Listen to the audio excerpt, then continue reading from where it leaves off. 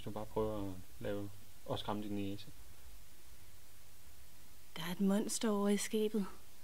Det er sort og grønt, og det kommer ud hver aften, når du er faldet i søvn. Hvordan ser det ud?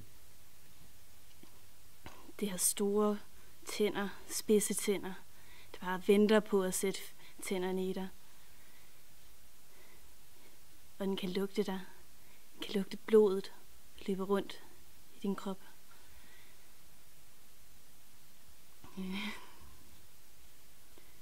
Prøv at skære nogle grimasser.